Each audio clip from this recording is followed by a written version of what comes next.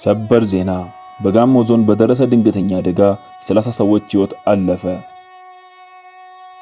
በደቡብ ኢትዮጵያ ክልል በጋሞ ዞን በጣለው ከባድ ዝናብ ምክንያት በተከሰተው የመሬት መንሸራተትና የጎርፍ አደጋ 30 ሰዎች ሕይወት በአሰቃቂ ሁኔታ ማለፉ ተረጋገጠ። በአደጋው የአንድ እናትና የሁለት ልጆቿ ሕይወት በአንድ ላይ ተቀጥፏል። አደጋው የተከሰተው በቦንኬ በጋጮ ባባና በካምቦ ዙሪያ ወረዳዎች ሲሆን ካለፈው ሰኞ መጋቢት 1 ጀምሮ እስከ ዛሬ ድረስ በጣለው ያልተጠበቀና ተከታታይነት ያለው ከባድ ዝናብ የመጣ ነው። በተለይም በቦንኬ ወረዳ የላ ቀበሌ የመሬት መንሸራተቱ የመኖሪያ ቤት ላይ በመናዱ እናትና ሁለት ልጆቿ ወዲያውኑ ሕይወታቸው አልፏል። አባትየው በከባድ ቁስለኝነት ተርፈው በሕክምና ላይ ይገኛሉ።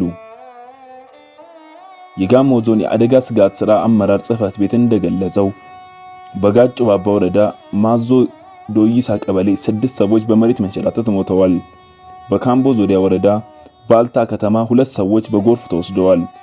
የኩልፎና የሌጎ ወንዞች ሞልተው በአርባ ምንጭ ከተማና አካባቢያ በሚገኙ ተቋማትና መሰረተ ልማቶች ላይ ከፍተኛ ጉዳትም አድርሰዋል። አሁንም ዝናቡ ሊቀጥል ስለሚችል በተለይም በደጋማ ተዳፋት በሆኑ አካባቢዎች የሚኖሩ ወገኖች ከፍተኛ ጥንቃቄ እንዲያደርጉ ክልላዊ የአደጋ ስጋት ሥራ አመራር ኮሚሽን አሳስቧል። ለተጎጂ ቤተሰቦች መጽናናትን እንመኛለን።